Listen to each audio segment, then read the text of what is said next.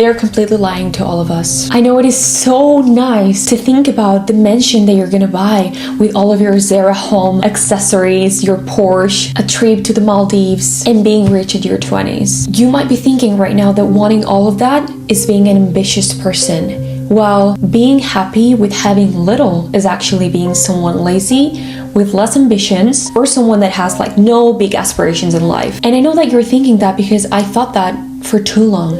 Enough to break me, to hit rock bottom and realize that life is not what they tell us it is. I have gone through university creating such huge expectations in my mind about life, about my future, so big that I spent years not actually realizing what was in front of me, all the blessings that I had in front of me. I was living with my parents in my childhood bedroom, I still do by the way, and I was thinking about that influencer that has bought a penthouse at the age of 20. Or I was just studying for my finals and I was thinking about the millionaire job that I'm going to get when I finish. I was on a little family trip and I was thinking about this influencer that just went to the Maldives and is just living the dream. I was going to the gym and working out, thinking the new clothes that I was going to buy to look better, because those are so much more cute than the ones that I'm wearing, or the body that I was actually going to achieve, but not the one that I have now. And you know what?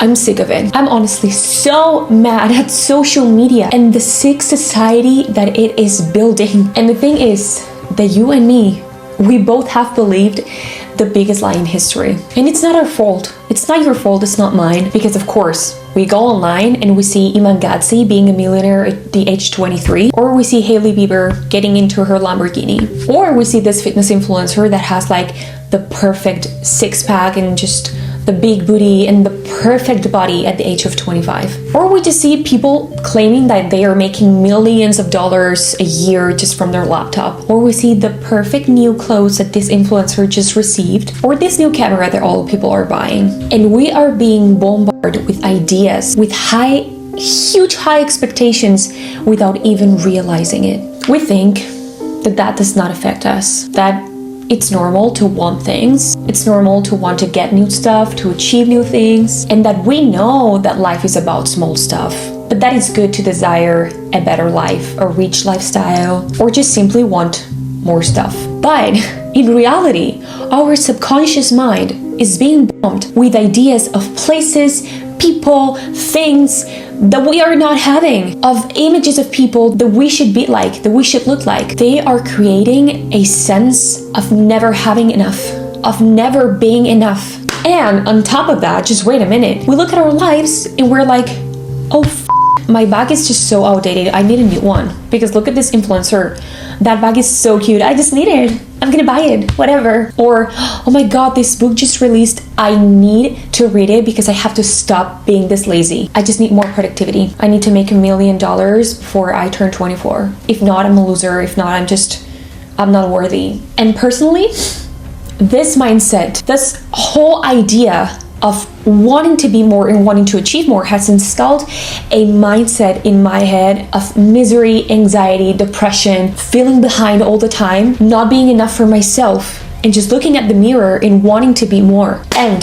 I have been struggling with mental health for years. You guys know it. I've talked about it before. And the other day I was like really sad, just thinking, what is wrong with me? Like, why do I keep feeling this way? Why I've been feeling this way for years now? I've always been so happy, so present, so grateful for the things that I had. Why do I feel like I haven't been feeling this way in years? And I started looking back at my life and I was like, oh, now I know why. So since I was probably 19 or 20, I'm 23 by the way, I realized that I was constantly feeling like I was lacking something. And I didn't put that thought in my mind.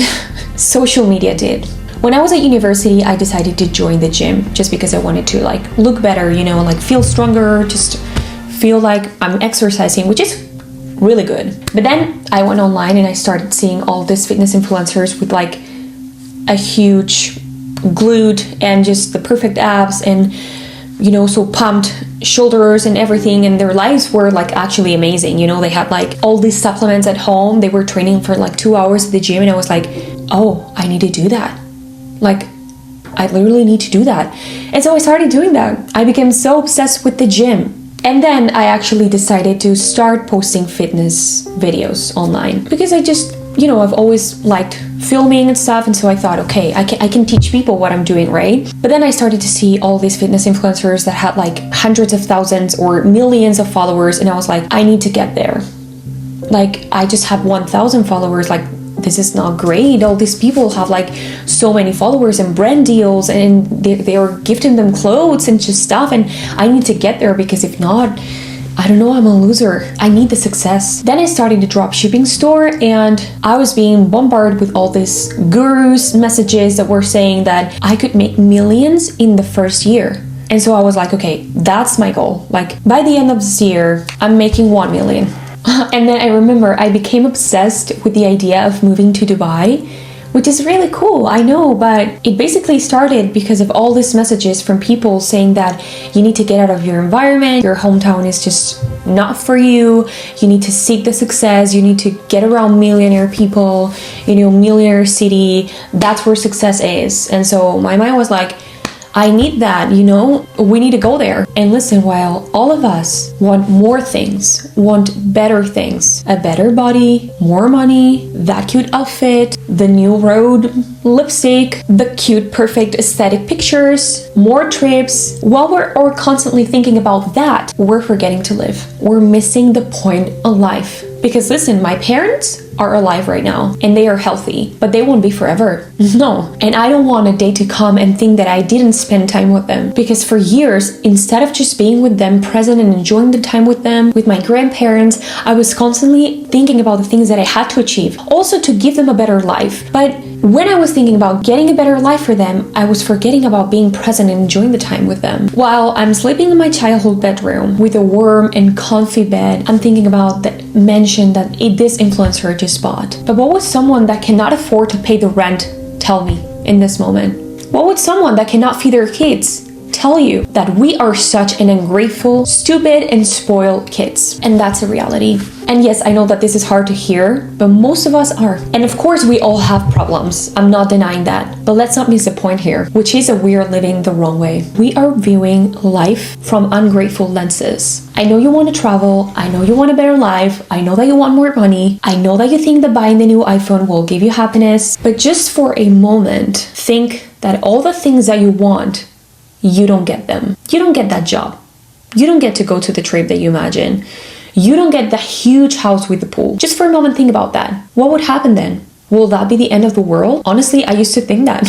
For crazy as it seems, I used to think it would be the end of the world. But in the worst case scenario, your life would look like the dream of someone that cannot even pay the rent, that cannot even feed their kids because they don't have the money. Or it will be the dream of someone who is in a bed at a hospital praying for health and life to go on. So your worst case scenario will be the best case scenario to other person. Maybe you would go back to live with your parents and you will have food in your table every single day and you will have money for some clothes.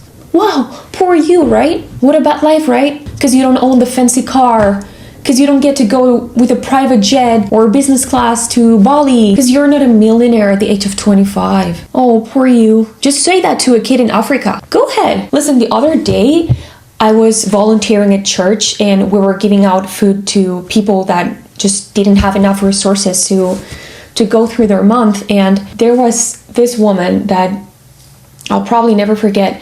She was constantly crying of pain, but also of gratitude, because the food that we were giving to her, there was not much. And there she was crying and not accepting even some food that we wanted to give her because she wanted to give that to someone else.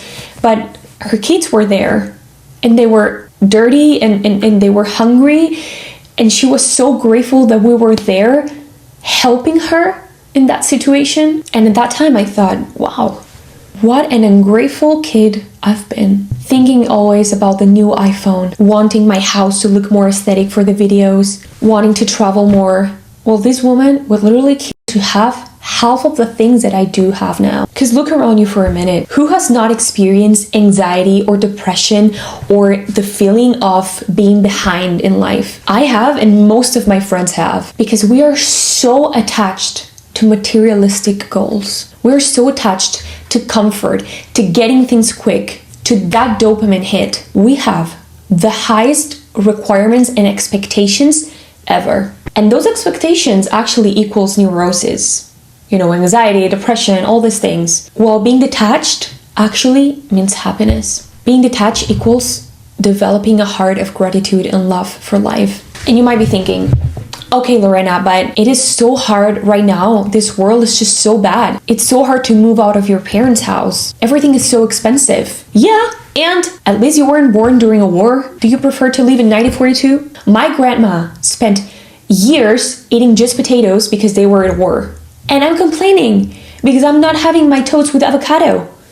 Girl, my parents had to move out at the age of 20 and go to live with 4 more people in the same apartment, and they had a little kid. Yeah, so fancy, they could move out, right? The thing is that you want to move out with your partner to a whole apartment with the views by the sea or a park or whatever. And listen, I do too. I'm not saying you're the only one.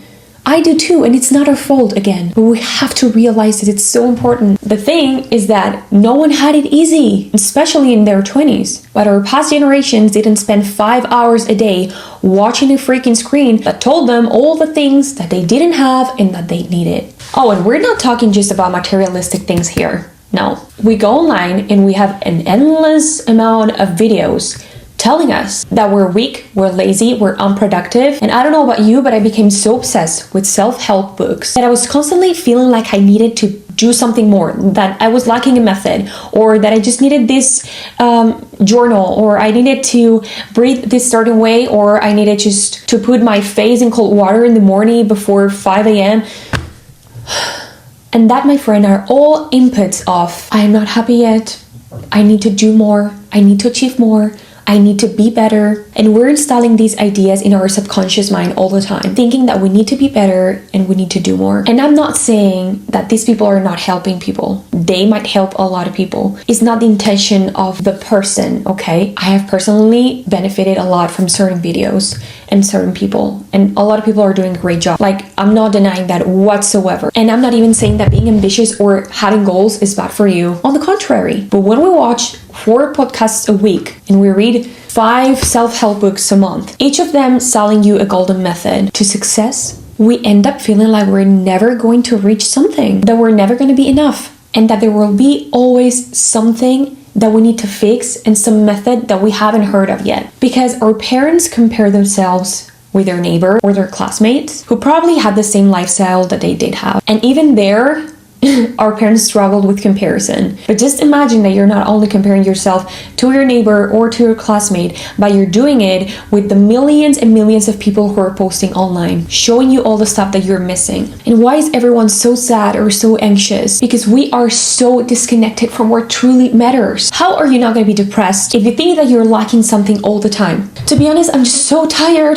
And I have decided to delete all of my social media from my phone. Yes, I still upload videos because I feel like I have a message to share. I am uploading all of these videos through my laptop, but I'm not having a constant scroll on my phone every day. And it feels so good. I no longer believe that I need that penthouse, or that I need the new Lululemon set, or that I need to drink my Starbucks matcha every day. Yes, I like those things, but them. I don't need them, and neither do you. Do you have food on your table? Do you have water? Do you have electricity? Do you have family or friends? Do you have a relationship with God? Then, my friend, you have everything that you need. But I know that society has told you that that's not enough.